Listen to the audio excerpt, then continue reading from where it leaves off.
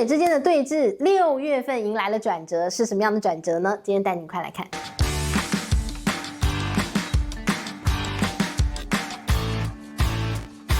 嗨，大家好，我是治愈，今天想跟大家来聊聊不可思议转折的6月。6月天。接下来这1个月非常重要，而且呢，可以说啊，从这个川普他重回白宫，然后开启了关税战以来最重要的一个转折月。你说为什么呢？因为2个转折的男人都是6月的寿星哟。好，我们看到了这个川普总统，还有这个习近平主席呢，2位呢前后1天生日啊，一位是6月14号的川普诞生，然后就是6月15号的习近平主席的生日。这2位双子座的男人，全世界的翻云覆雨啊，6月份出现了一个大转折，所以今天呢，就跟大家来聊聊这转折到底会往哪个方向转。好，那么首先呢，我们就带您来看到，大家会觉得说，现在2个双子座的男人感觉撑在那个地方，谁先低头，谁就算输。不能输啊，这是面子问题，很重要的嘛。所以呢，你就看到了进来，哇，这个台面上啊，这个烟消战，台面下更是精彩。而且呢，他们做的很多的事情，你觉得中国做这个动作1、2、3、4、5，你就觉得好像跟美国没什么关系。不，他是做给美国看的。然后你看到这个美国呢做了1、2、3、4、5，其实底层的一个意义，底层逻辑呢是要跟中国对抗。很有意思，我们先来看看最近中国做了些什么。最近呢，这个中国呢就默默的说，哎呦，我们现在呢要开始筹备了。7月份有一件很重要的事情，7月份什么事呢？7月份会有中欧峰会，中国要跟欧洲国家来场峰会。那这个中欧峰会要做什么呢？哎呀，中国跟欧盟建交50周年，要大肆庆祝。所以你就看到最近啊，中国开始流传有一个消息，叫做要怎么样给这个我们的好朋友欧洲朋友们一份大礼呢？哎呀，怎么说算来算去还是该买点飞机吧。啊，于是呢就开始说了，哎呦，我要来跟这个欧盟，来跟波音，不，来跟空巴买点飞机，然后就盘算，哎呀，我可能需要300架，我可能需要更多，可能500架，所以你就看到了这个中国啊，开始这个声音开始出现了，要跟空巴买300架飞机。波音这个拳头都硬了，好，那波音接不到订单，为什么？当然就是川普先生嘛。所以你就看到了，哎呀，默默的感觉好像在聊这个飞机的需求，感觉在聊我要怎么样跟欧洲下订单。其实我是在说给波音眼红，我在说给川普跳脚。于是乎呢，你就看到了，哎呀，这场电话你和我终于打通了。习近平主席然后呢跟川普总统呢2个人就电话通上了。好，那通了这个电话呢，哎呀，这个到底谈了些什么？他们说谈的当然就是贸易问题。1个半小时的通话内容，说都谈贸易。然后谈完了之后呢，这个川普就讲啦，哎呀，我们这个相谈甚欢，我们有很有积极性的进展。接下来呢，这2国之间的这个贸易的谈判会继续推进，而且啊。川普说，习近平主席，我就知道我喜欢他，他邀请我去中国呢，我一定会去，带着老婆一起去。然后他说我也回邀他了，希望他到美国来参访，习近平也答应了。所以呢，就看到了这个川普总统说这通电话很有进展。那中国方面呢，就是不漏山不漏水，一开始呢就告诉大家说这通电话是川普打来的，川普想要跟习近平讲话。所以呢，这川普这个主动的说我要跟你讲电话，你就看到了这个感觉哦，高来高去哦，就是连电话谁先打的，谁要打这通电话我都不能输，好，这个感觉是我要跟你打电话我就低你一截那种感觉哦，所以你就看到了这个中国似乎啊近来在这个可以努力的拉拢这些欧洲国家，然后呢，好像果真让这个美国有点着急了。但其实啊，这个美国着急呢，还有一个没讲出来的原因就是啊，这个稀土不够了啊，稀土不够了，所以赶快想个办法，然后跟这个中国赶快连上线，然后想个办法，可不可以恢复一下这个稀土的出口了哦？那当然呢，我们看到了近来这通电话应该是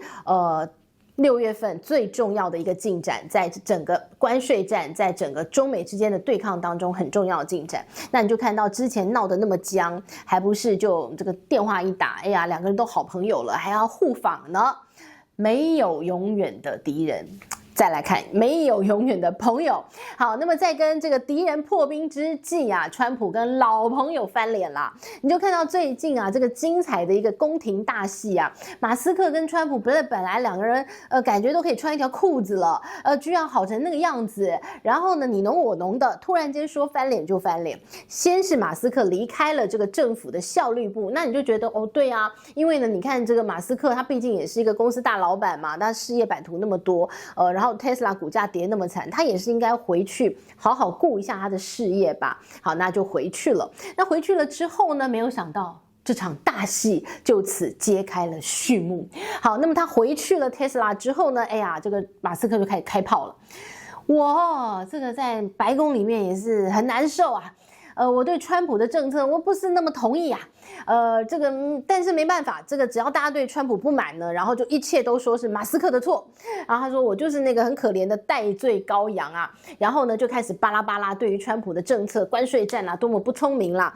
最近通过的大而美的法案我是多么样的不赞同啦，这个法案真的是又臭又作恶啊，他形容叫做令人作恶的可憎之物，你看讲的有多难听。好，那你这一讲不得了，川普生气了耶！你哪根葱你这样骂我？哎呀，我才完全管你马斯克。之前我们两个有多好，然后于是呢，一场这个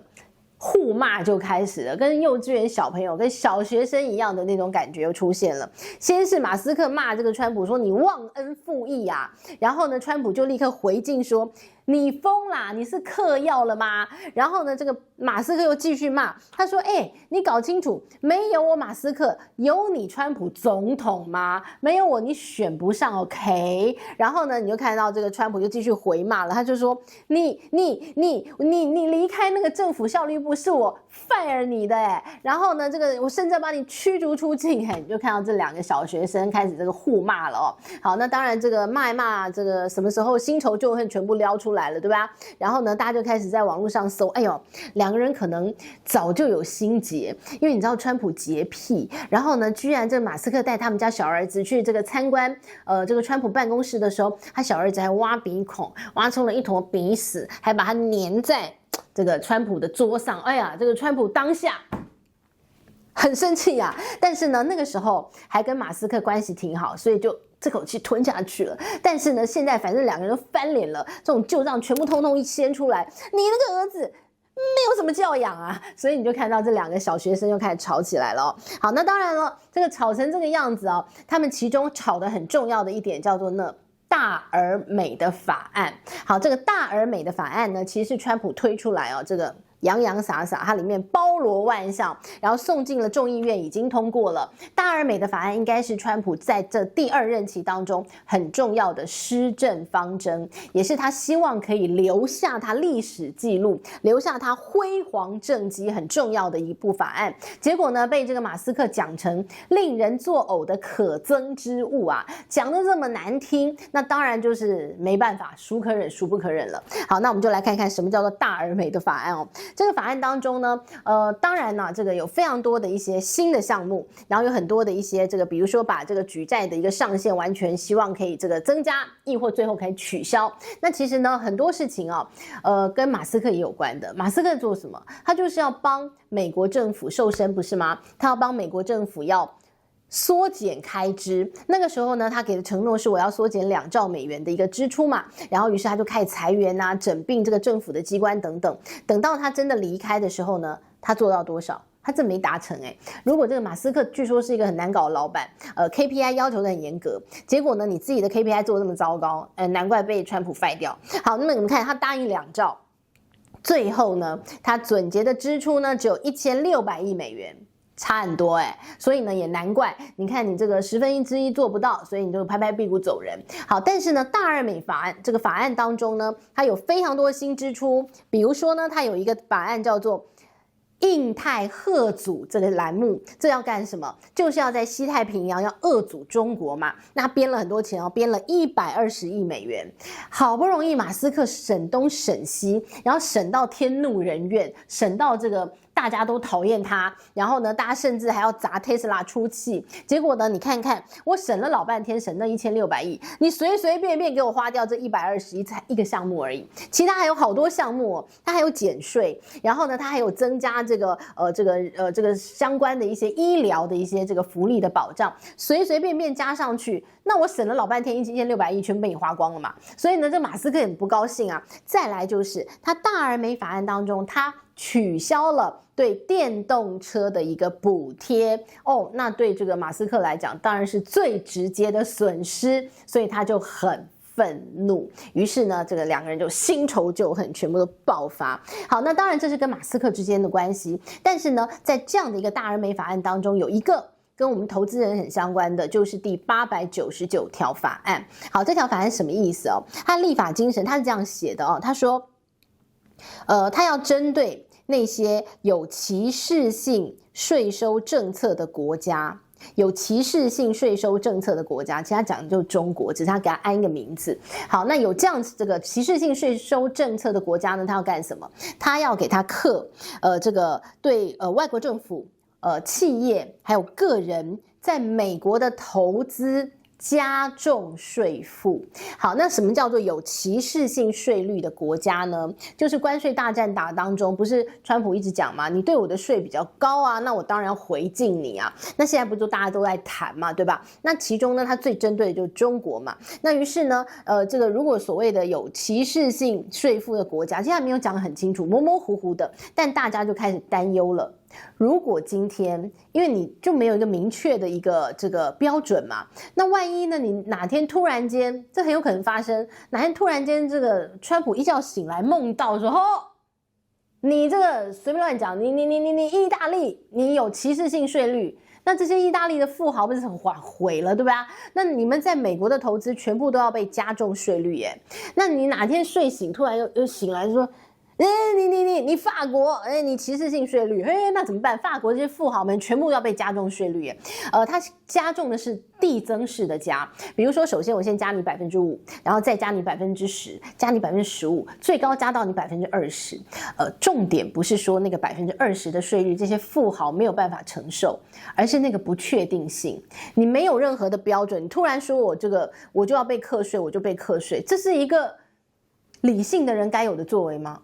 哦，对不起，我狭隘了。这个川普没有什么理性哦。好，那无论如何，这件事情呢，就会让很多的投资人非常担忧。那你被加课税，如果比如说你买了你家美债，我本来只想稳定收息，结果呢，莫名其妙你说我的国家有歧视性税率，然后我的美债我要被你课5%、10%、20%，你这样合理吗？所以呢，大家会非常担忧。大摩就直接讲了，他说这就是在这第899个条款当中，这就叫做埋下的重磅地雷。不确定性呢，会让美国的这些资产让大家很不想买，直接抛售。好，那另外一个呢，在这个大而美法案当中很重要的，当然就是美国的债务上限。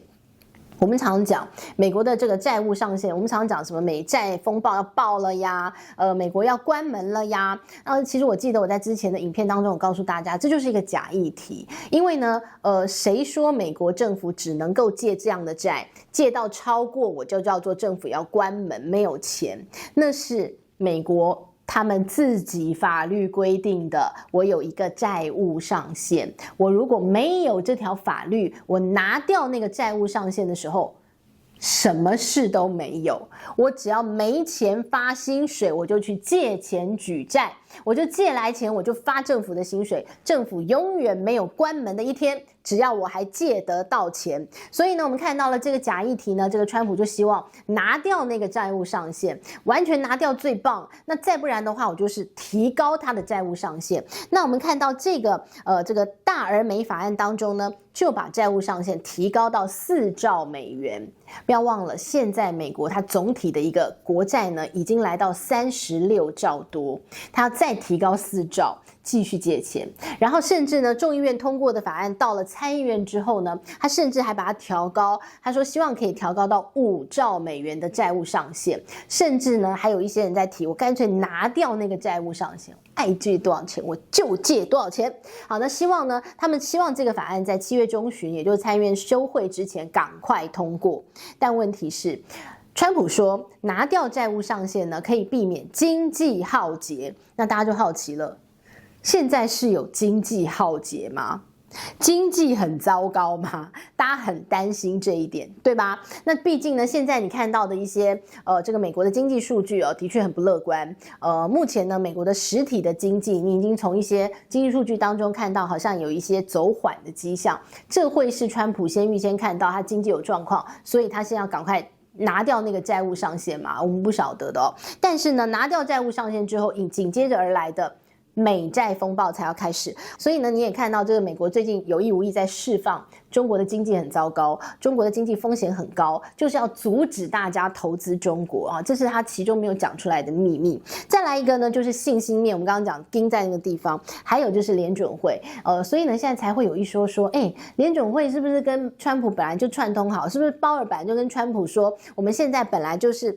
可能要看看状况，看中国状况，我再决定我要不要降息，否则的话呢，这个欧洲都已经降息8次9次了，现在美国都还没有降息1次，到底为什么？可能就有当中这样的一个心理纠结。所以现在有一派的一个经济学家开始解释说，以后看经济啊，你不仅仅是要看那个纯粹的经济数据，你可能要看一下当下的政治气氛，因为很多的经济政策也都是受到政治的一个因素在操控的，所以到底是不是这个原因，才让现在联准会明明你说经济数据其实已经差不多可以降息，还不降，是不是就有这些政治因素跟中国有关的政治因素在当中